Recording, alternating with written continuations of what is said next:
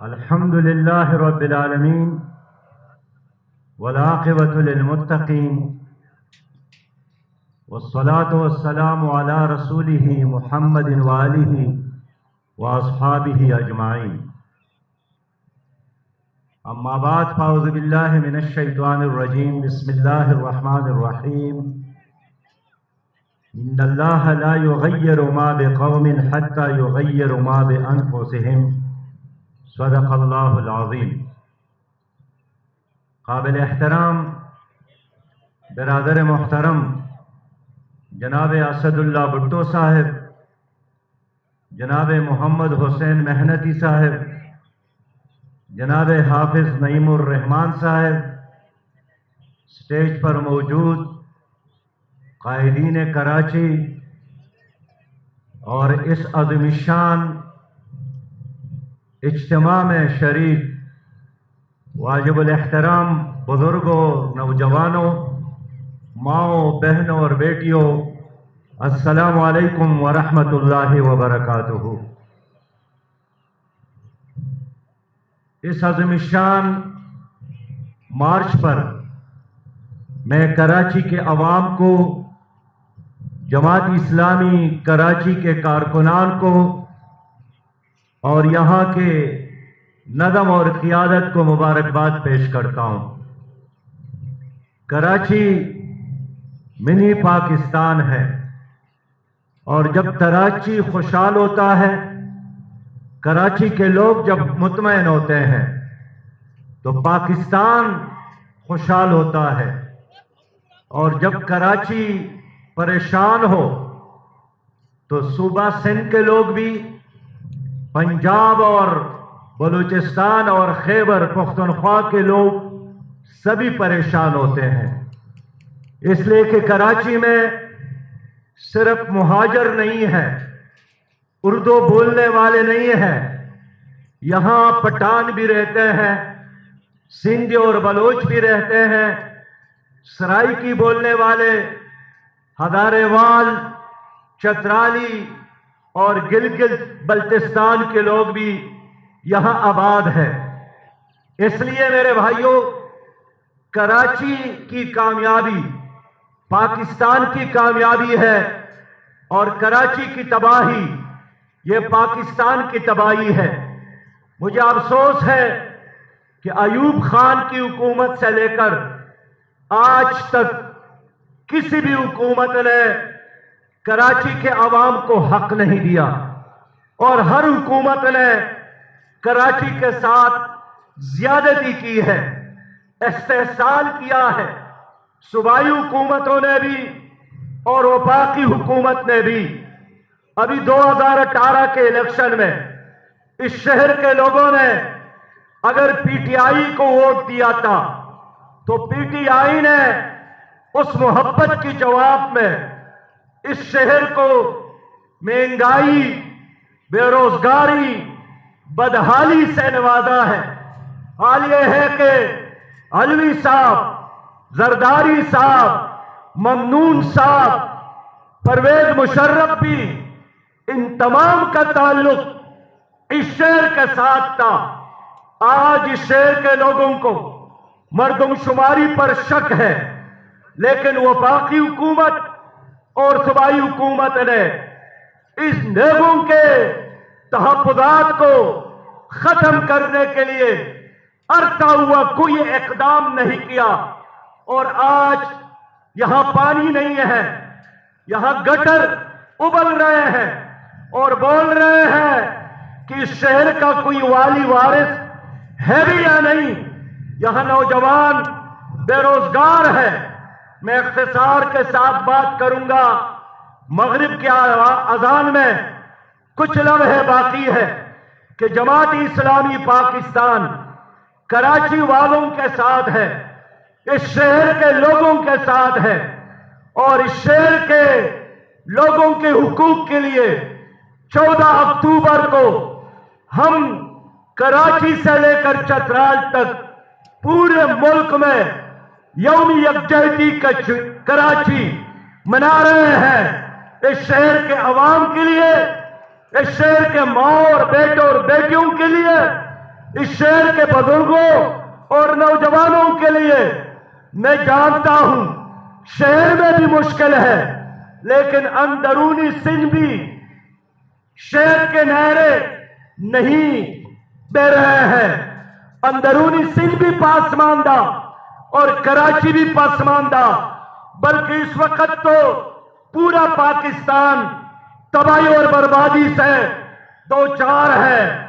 इसलिए मैं उस एलामिया की हिमायत करता हूं कि शहरी हुकूमत को बहाल किया जाए, बाइख्तियार किया जाए और पूरे मुल्क में और कराची में मेरे भाइयों मेरा मुतालबा है कि यहां मेरिट की बुनियाद पर, अदल और इंसाफ की बुनियाद पर लोगों को नौकरियां दिए जाए। आज भी मुझसे सहाफी ने पूछा कि लोग जमात इस्लामी को वोट क्यों नहीं देते। मैं दावे की बुनियाद पर बात करता हूं कि जब भी कराची में फेयर इलेक्शन होगा, इलेक्शन फेयर होगा, कराची में जमात इस्लामी का मेयर होगा इंशाअल्लाह ताला। मेरे भाइयों, एक हुकूमत की कारकर्दगी नापने के लिए चार चीजें हैं: मईशत, अमन व अमान, खारजा पॉलिसी। लेकिन देखिए, और इस हुकूमत ने मदीना की तर्ज पर इस्लामी रियासत कायम करने का वादा किया था। आज हमने जायजा लेना है कि क्या इन इंडिकेटर की बुनियाद पर यह हुकूमत कामयाब है या नाकाम है। मौजूदा हुकूमत के 780 दिन हो गए। ये 780 दिन नाकामियों का एक दास्तान है। मईशत का बेड़ा गर्क हो गया।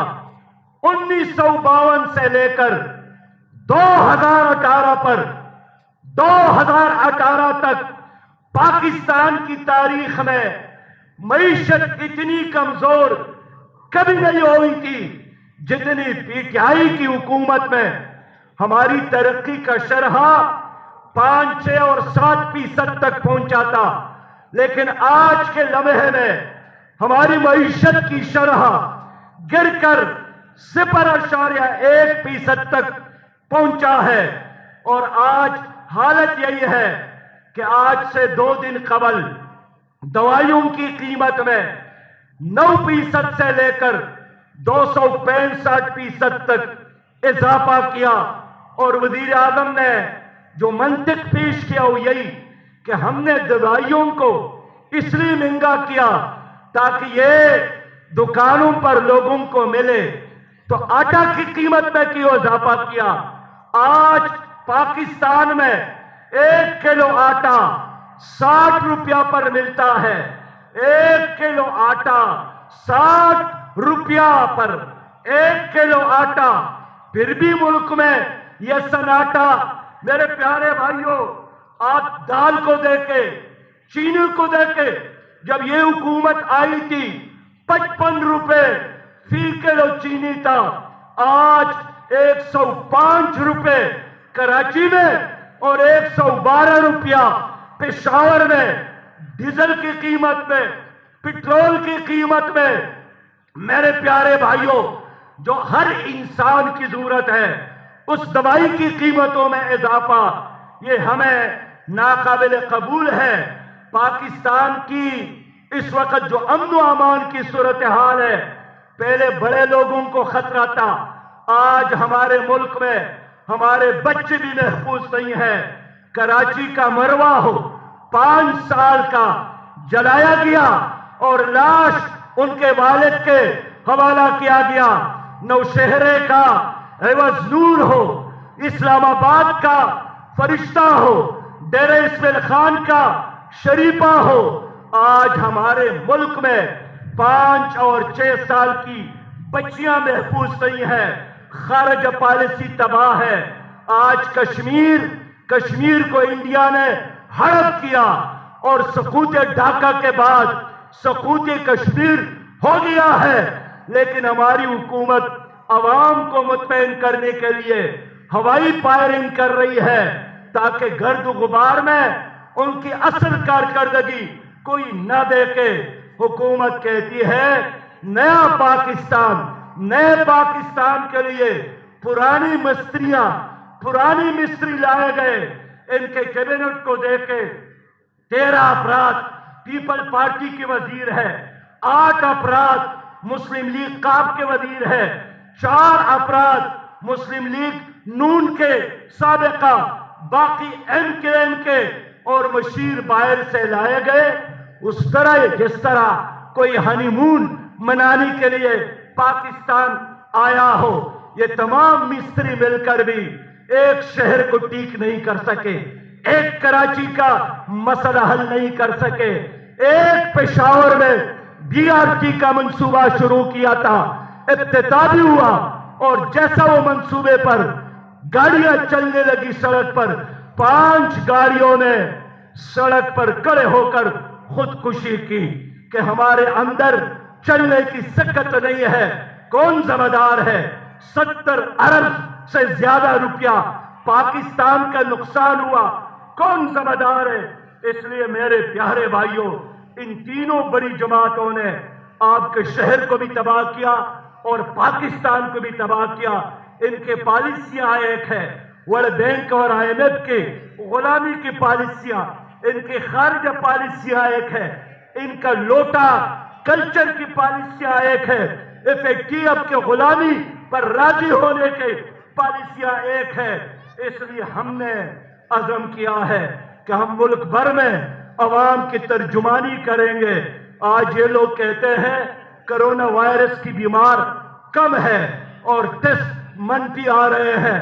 ये ठीक है, अल्लाह के फजल और करम से कोरोना वायरस की बीमारान कम है, लेकिन मालूम होना चाहिए कि जहनी बीमारों में इजाफा हुआ, डिप्रेशन में इजाफा हुआ, और डिप्रेशन की वजह से बच्चे बीमार, माए बहनें और बेटियां बीमार, इसलिए कि बच्चे महफूज नहीं है और नानी शबीना के लोग मोहताज बनाए गए हैं। इस हुकूमत ने खुद जब वज़ीर आज़म कहते हैं कि माफियाज की हुकूमत है, तो उनके दाएं और बाएं माफियाज मौजूद है। ये ड्रग माफिया मौजूद है, लैंड माफिया मौजूद है, शुगर माफिया मौजूद है, चीनी माफिया मौजूद है, लेकिन नेब का वो अंग बंद है जिसमें उनको हुक्मरान जमात में शामिल माफिया नजर आए। और नेब ने भी एहतसाब को एक इंतकाम की तौर पर काम कहा है, इसलिए अवाम ने उसको भी मुस्तरद किया है। मेरे दोस्तों, आज भी इस मुल्क में नजरियाती दहशतगर्दी भी है, तुम्हारे कल्चर पर हमलावर है। इस मुल्क में अखलाकी दहशतगर्दी भी है और इस मुल्क में माली दहशतगर्दी भी है। करप्शन पहले से ज्यादा हुआ है। पहले लोग नाजायज काम के लिए रिश्वत देते थे, अब लोग जायज काम के लिए भी रिश्वत देने पर मौजूद है, मजबूर है। वज़ीर आज़म कहते हैं यू टर्न लेना बड़े लीडर की निशानी है।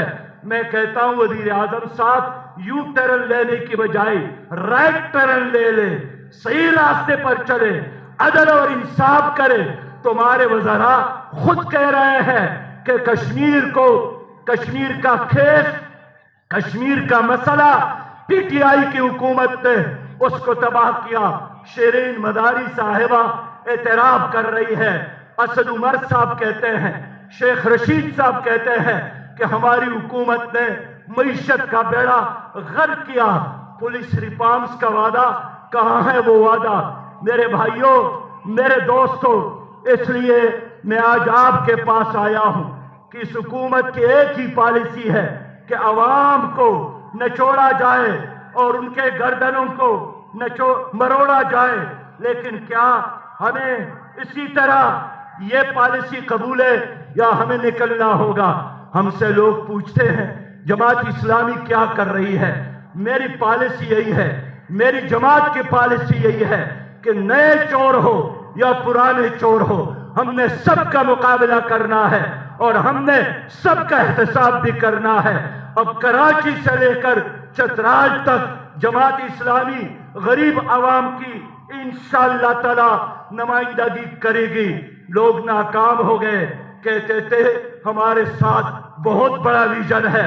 وہ پتہ چلا کہ ان کی معاشی پالیسی مرغی، انڈے، بکری اور کٹے سے شروع ہوئی تھی، اور اب ان کے وزراء کہتے ہیں کہ ہم بنگ کے پیداوار میں اضافہ کر کے بہت پیسہ کمائیں گے.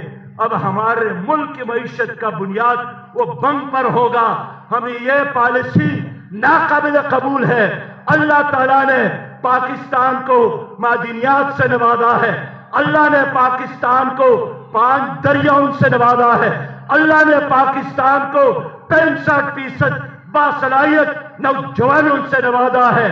لیکن اس پاکستان کو ایک دیانتدار قیادت کی ضرورت ہے، ایک منظم جماعت کی ضرورت ہے. اس لیے میں آپ لوگوں کی خدمت میں عرض کرنا چاہتا ہوں کہ رونے دھونے سے مسائل حل نہیں ہوں گے. کراچی کو نکلنا ہوگا اپنے حق کے لیے، اپنے بچوں کے لیے، اپنے مستقبل کے لیے اور پاکستان کے لیے. آپ نکلیں گے، پورا پاکستان آپ کے ساتھ انشاءاللہ تعالی نکلے گا.